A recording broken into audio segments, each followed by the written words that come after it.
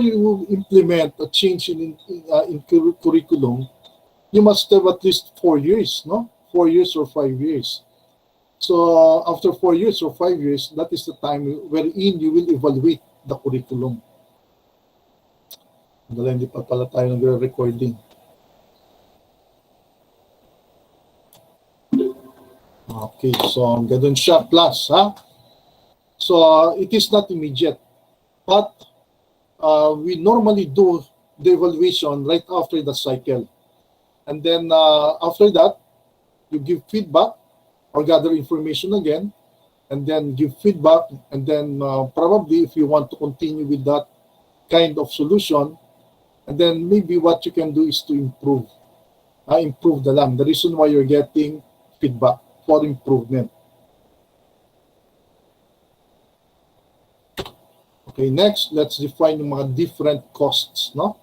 Although we discussed this already in cost na-discuss ba natin ang cost concept class? Parang hindi, ano? Dapat hindi nga. Kasi ang cost concepts, they are discussed in management accounting o kaya sa strategic cost management, no? But anyway, before we go to the relevant costing, let us differentiate the different costs. So we have the differential cost versus the marginal cost. So it is a difference between the costs involved between two alternatives. Okay, a differential cost, you know? And then when we see marginal cost, that is the increase in total cost arising from the production and sale of additional unit of the firm's product. So when we only talk of differential, we're talking of the difference. But when we talk of marginal, we are talking of the increase or decrease, actually.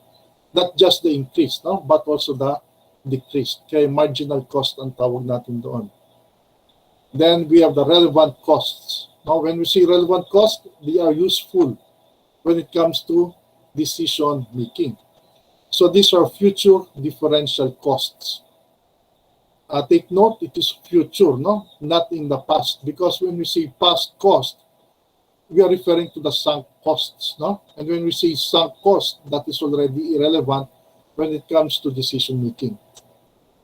So these are costs that vary from one alternative to another. Not all future costs and variable costs are relevant, nor fixed costs irrelevant.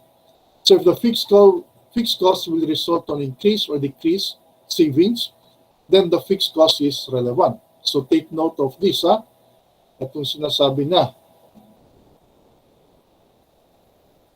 Yung will result to an increase or decrease in savings, then the fixed cost is relevant. But if there is no change, no, when it comes to fixed cost, halimbawa, we have two alternatives, and then let's say whether you choose A or B alternative, and the fixed cost will not change, then it becomes what? Irrelevant. And it is not useful when it comes to decision making. Huh? So what is relevant is only those that result to an increase or decrease in savings. But if the fixed cost is the same, no, whether you use the alternative A or B or 1 or 2, the same lang yung fixed cost, then it becomes irrelevant. So there must be an increase or decrease in the fixed cost to make it relevant. Huh? Then relevant costs. These are costs that do not vary from one alternative to another. So meaning the fixed costs or the costs are just the same. So if the costs are just the same, whether you choose alternative A or B, pareho lang yung cost. So making it what? Irrelevant. Parang katulad siya ng depreciation expense, di ba? Kasi whether we, let's say, discontinue the operation of the company, and if they are incurring depreciation expense, so whether you stop or not, the depreciation expense will continue. So that becomes irrelevant. So when it comes to decision making, what are relevant are only those that changes now when it comes to decision making. So they differ from one another. But if it is the same, irrelevant na siya. Okay, direct costs. These are costs that are directly associated or identified to particular product or unit. So example, direct labor and direct materials or for product, salaries and office supplies for a department, direct advertising cost and rent expense for a branch. No? Siyempre, pagka indirect costs, pwede natin sabihin kasi direct material yan or direct labor. And then we can also say that it is a variable. No? But when we see direct, it only pertains to particular. Ganun lang siya. No? But we can classify them further if it is direct labor, direct materials, or direct factory overhead. Then when we see indirect costs, these are costs that are not directly associated or identified to a particular unit or product, thus have to be allocated. So yun, makikita nyo na rito no? Pagka to be allocated. So that is the keyword there, no? Once there is an allocation, then it becomes an indirect costs. But if, for example, meron tayong depreciation expense, and the depreciation expense is only for that particular department, no? Hindi mo siya na-allocate. So meaning the depreciation expense is only particular to the department, then that it is a direct costs. Pero let's say building, na yung building nagde-depreciate. So if the building is depreciating and several departments are using that, then it becomes indirect costs because the depreciation expense of the building is to be allocated among the different departments. No? Pero kung meron ng machine, particular lang doon sa department na yon, so kahit na siya ay fixed cost pa, siya ay direct costs pa rin. Pero for the rental, for example, that is fixed costs, but it becomes indirect. So meron tayong fixed cost na direct, meron tayong fixed cost na indirect. Kaya lumalabas overlapping, no? Nag-overlap siya. Just try to understand yung function of that particular costs, if it is direct or indirect. And then we have the avoidable costs. So pagka avoidable costs siya, lalabas, they are relevant. No? Pagka unavoidable costs siya, it is what? Irrelevant. So tandaan nyo rin yun, no? Pagka avoidable, they are relevant. Pagka unavoidable, it is irrelevant. Aliwanag ba yung class? Kasi when we see avoidable, the fixed cost particular to the department, no, can be avoided. So meaning, there's a chance that it can be reduced. Di ba sinabi nga natin kanina, when it comes to relevant costs, result to an increase or decrease. Di ba? So, kaya kung meron depreciation expense particular to the department and it can be reduced, then it is avoidable, therefore relevant. But the unavoidable costs, they are always irrelevant. Kasi unavoidable. So when can we say it is unavoidable? So for example, meron kayong 3 departments. No? 3 departments. Sulat natin para maliwanag.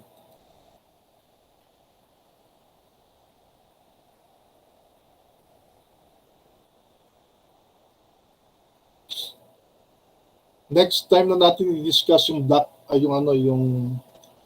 yung isa pang topic, no? Yung tawag ron, balance scorecard, no?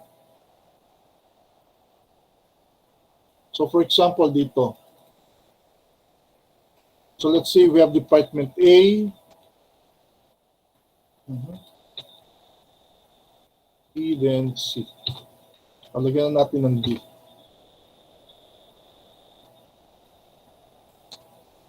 So let's say we have the contribution margin or segment na lang.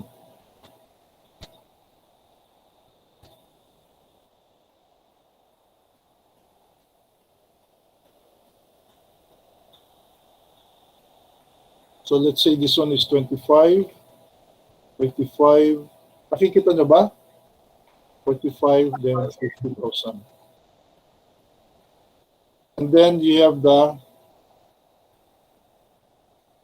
fixed cost, no?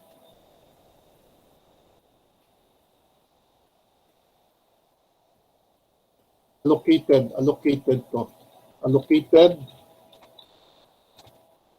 fixed costs.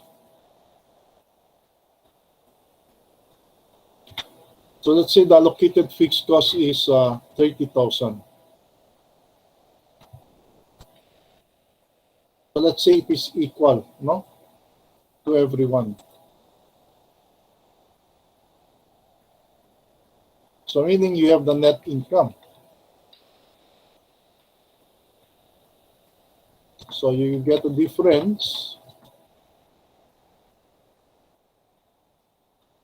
Then of course you have the total.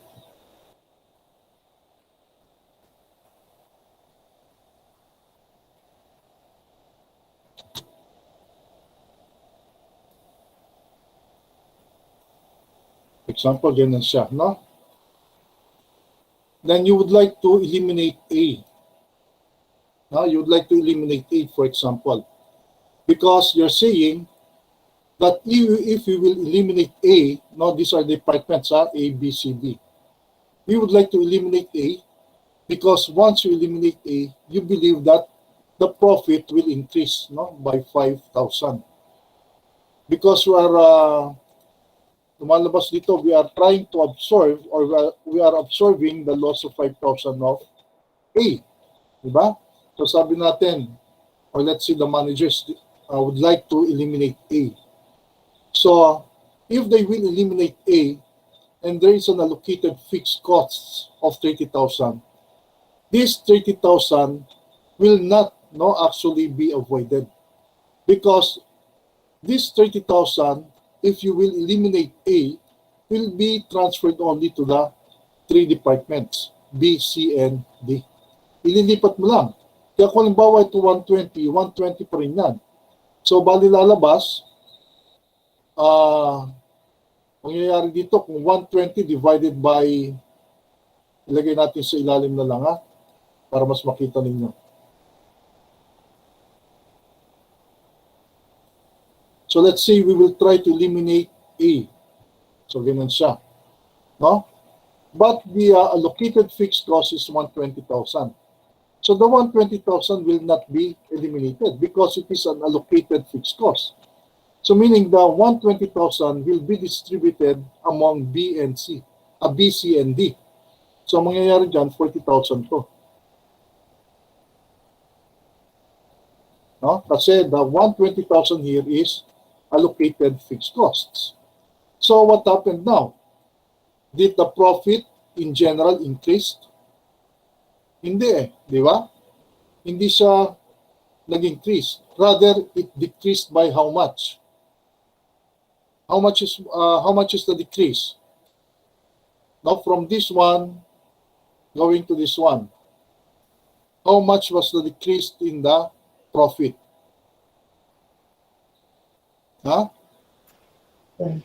25,000, sir. 25. Diba? 25,000. Kasi ito lang yun oh. Diba? Yan lang yun. So, saan manggaling yung 25,000 na yan? Actually, ito siya. No? Ito yung 25,000 na yun. So, meaning, if we will eliminate Department A, no, it will not help to improve the profit of the company. No, rather, it will decrease the profit of the company.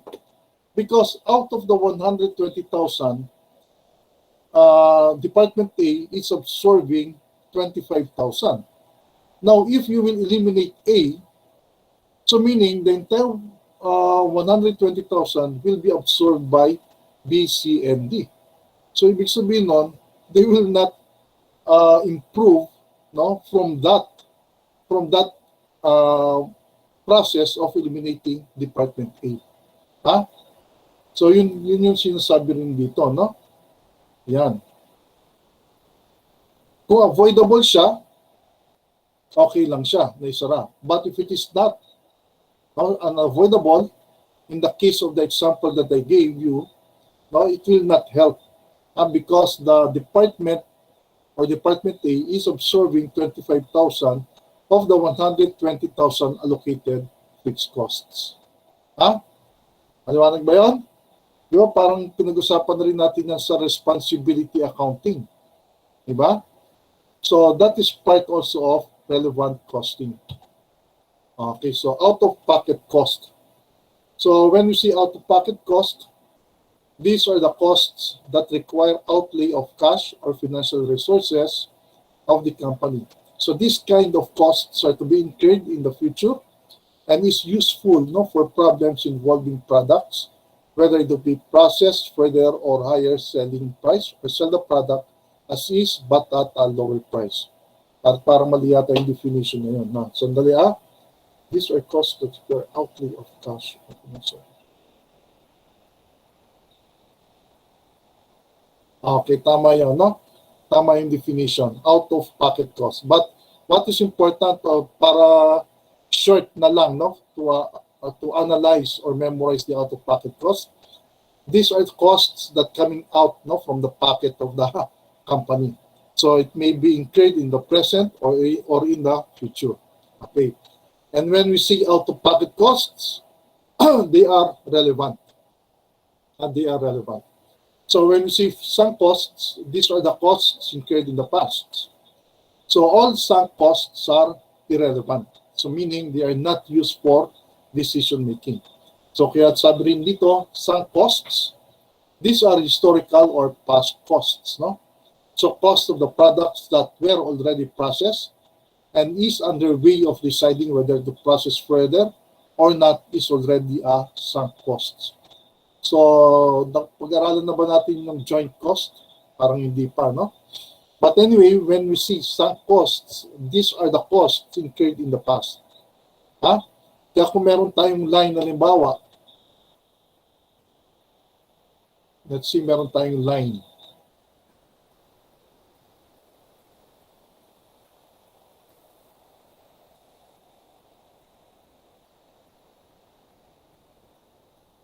Halimbawa, ganyan, no?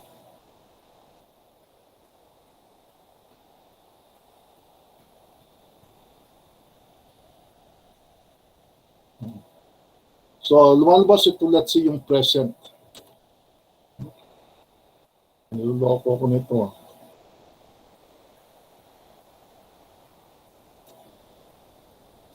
So, let's say this is the present.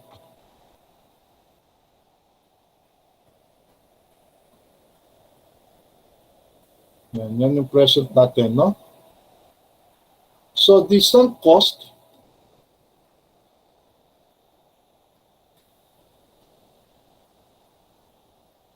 nandito yung sunk cost, bale.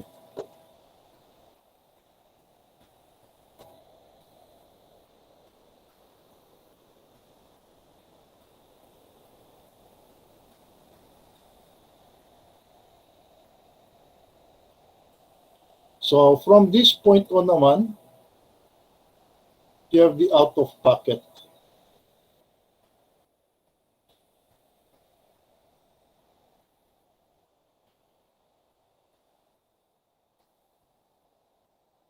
Ayan. So, yan yung out-of-pocket.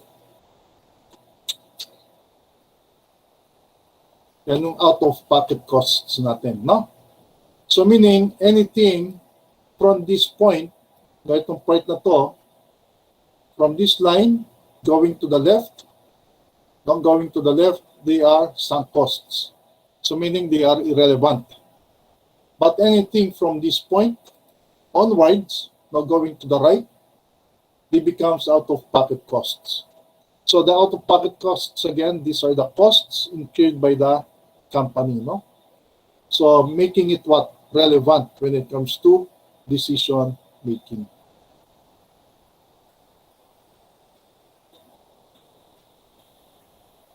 Okay, clear ba yan, class? Is it clear? Yes po, sir. What about the rest? Ha? Patingin nga kayo. Can you open your camera, class? Please open the camera.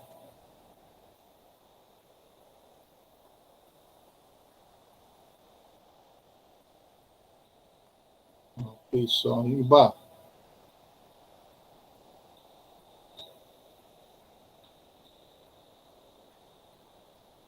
Si Angara, nasa si Angara. And Diana, ayan. O, nasa si Chrissy dito. Ayun, si Chrissy. Aba, balik siya. Balik. Balik. Nasa bago. Nasa ano na naman siya. Bumalik na siya sa kanyang lugar, no? Pero may bago dyan, Chrissy, ah. May parang ano dito sa right side mo. Ano yan nasa right side mo? Bagong gamit yata yan, Chrissy, ah. Okay, so wala. Wala na, okay na? Sige, okay, very good. Nainggit ako dito sa book ni Tanyedo eh. Tanyedo, pabukas nga ulit ng ano mo, Tanyedo. Camera. Yan, gusto ko yung book. Tanyedo, ba't parang yung puti, nasa ilalim na, wala na sa ulo? Dati ni pati yung, Tanyedo. Ha? Sir, nag-grow na po. Agad mo ba yun? Akala ko sinadya mo ganyan. Ako rin nagpapaba na ako ng buhok, tigyan mo Tanyedo. Next time na makikita mo ako, puti na rin ang buhok ko, ha? Pero ang puting buko nasa gitna, lalagay ko rito yung peking black pa, no? Sige. Let's continue.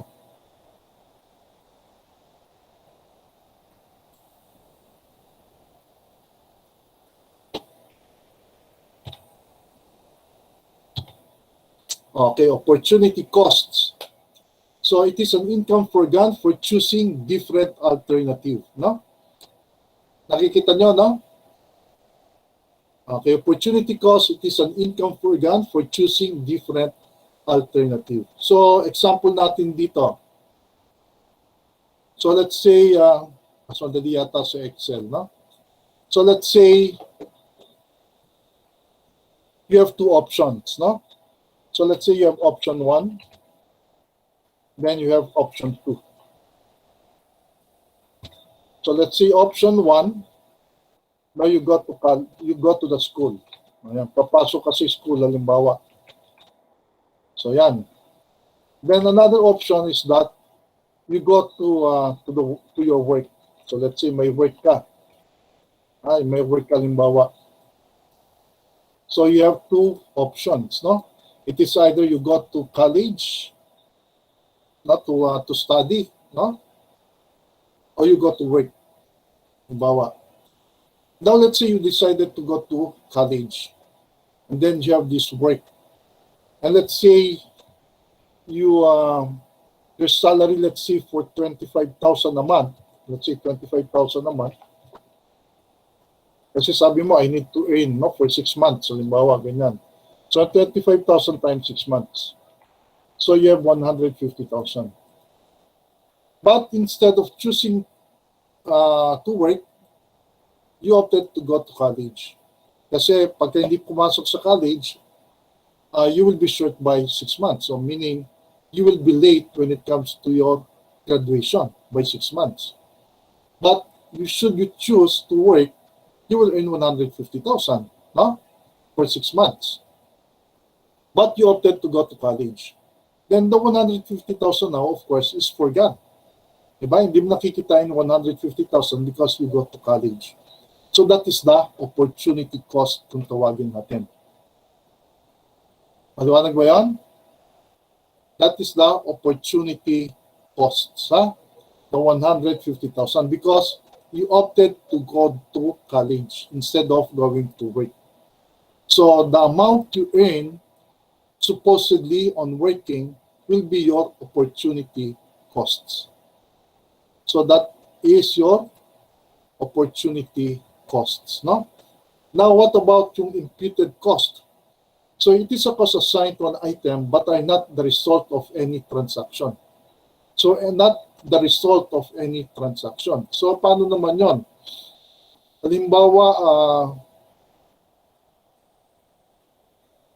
Halimbawa, ito, balik natin sa sa Excel. Do you still remember your accounts receivable management? So anyway, so let's say you increased, let's say you have terms of 210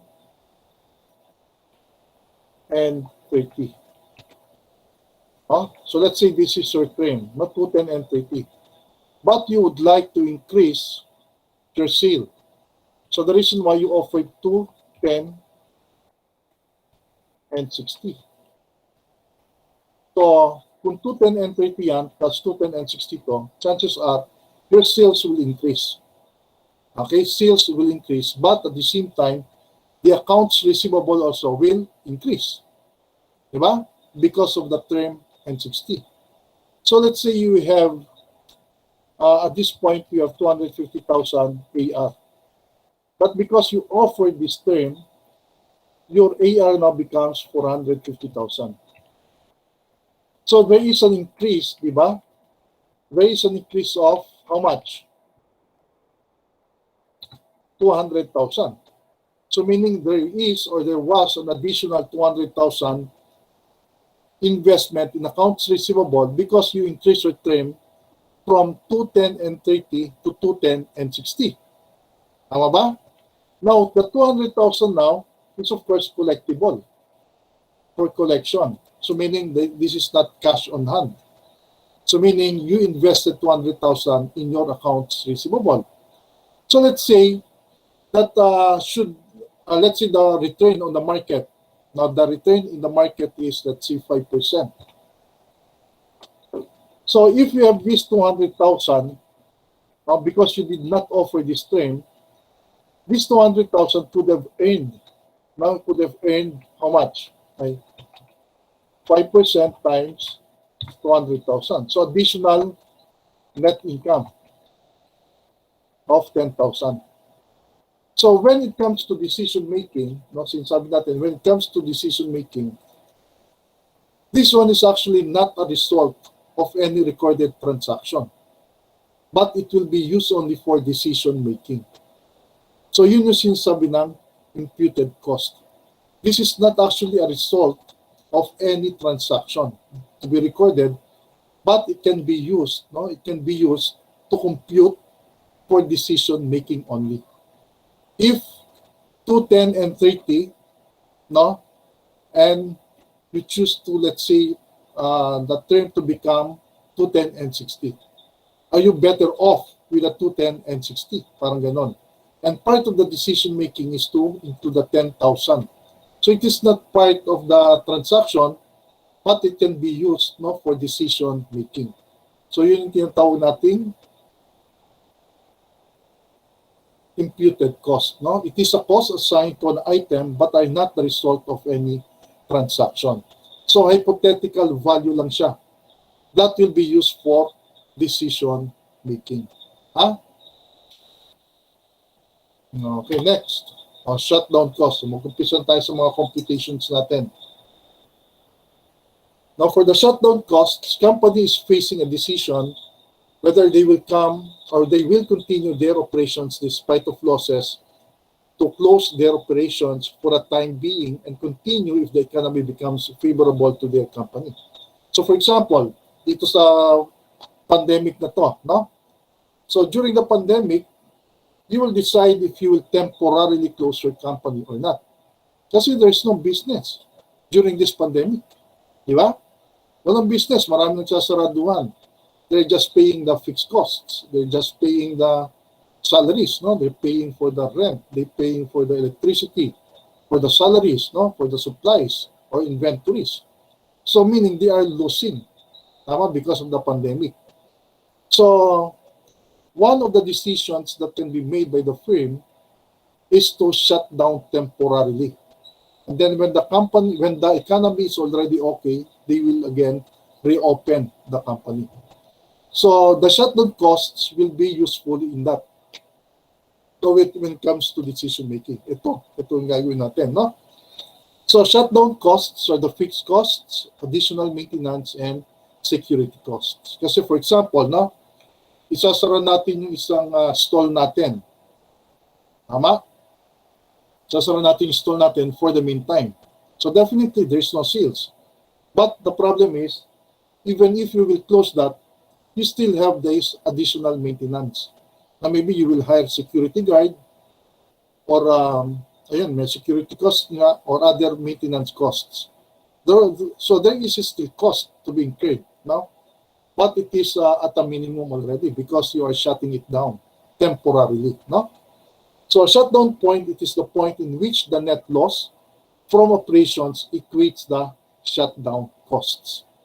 So sales below the shutdown point will increase the losses of the firm. So sales higher than the shutdown point will absorb more fixed costs and therefore may still continue to operate. So at shutdown point, the company is still losing.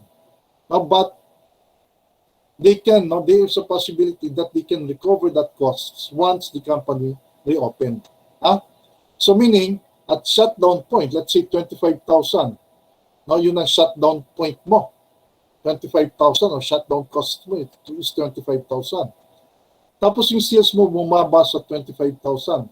So that is the time you will close the company. But if the sales or revenue of the company is still more than the shutdown point or shutdown costs, which is at 25,000, meaning you can still continue with that.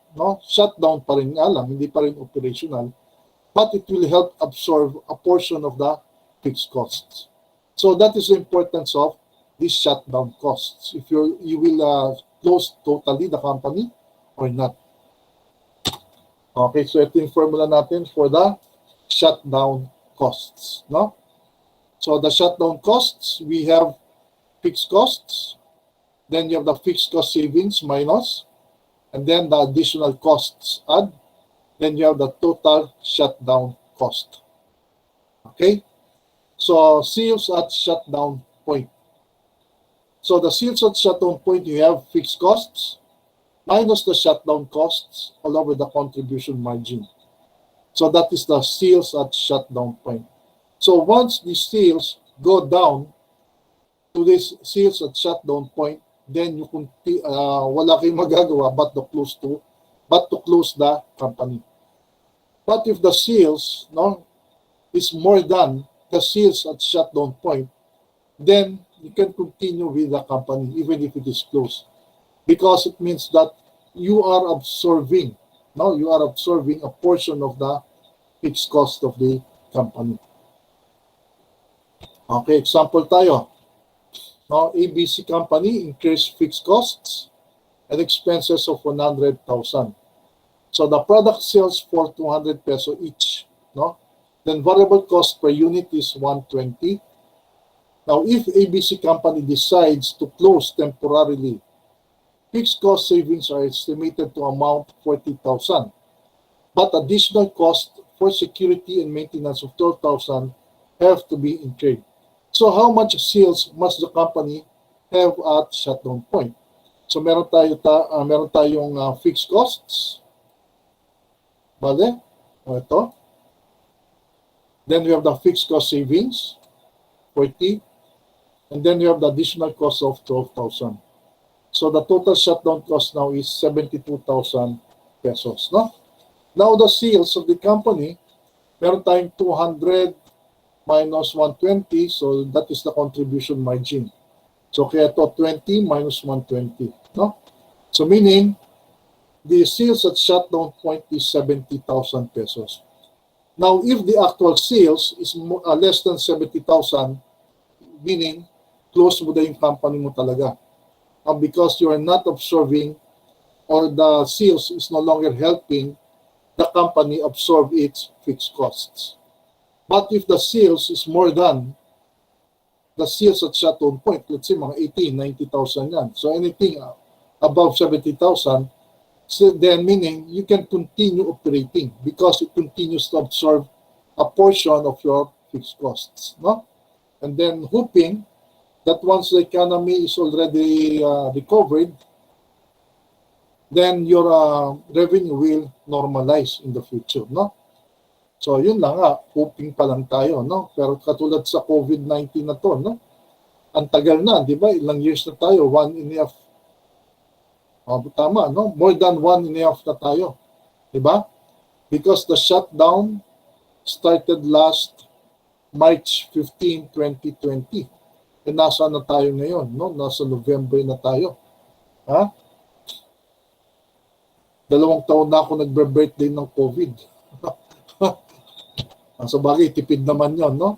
Nakatipid ako. Pero mo, 2 birthdays ko, hindi ako nagtitreat. Diba? Diba masaya yung ganon? Lalik? Tama ba yun, Lalik? Lalik. Opo, sir. Tama po yun. Tama yun, di ba? Sige, example tayo, shutdown costs, no? Another example pala to, no?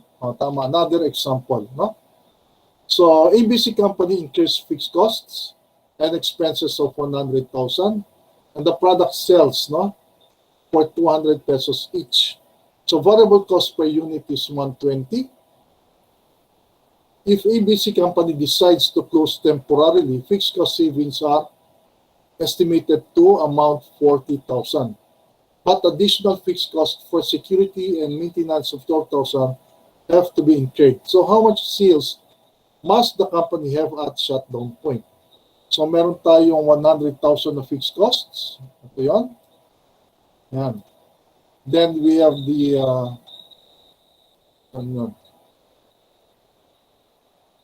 yung variable cost natin ito. Variable cost is 120 and 200. So that is 120. Teka muna. 80 divided by 200 is 0.4. Bakit? Tama. Variable cost kasi ito. So tama yun. 0.60x. And then minus, dapat ito ay bakit sa 72,000? Sandali ha, magkukompute ako. 100,000 plus the minus the fixed cost savings. Tama, no? 12,000. So 72, tama. Ang shutdown cost is 72,000. So paano nakuha ito 72? Ito, 100,000 minus 40 plus 12.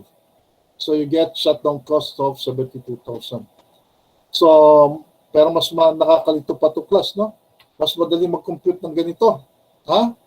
But if you're good in the algebra, you can use this one, no? So, using the algebra method for the shutdown costs, we can compute that the sales at shutdown point is 70,000. Parang pareho lang dito, no?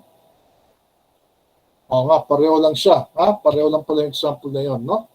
But this one is using the algebraic method. So this one is the algebraic method. So you can choose either, no? But ako, I would prefer this. Mas madali sa akin yan, no? Sa algebra nga, sabi ko sa inyo, when I was in college, no, laging tres ako dyan, no? Tres.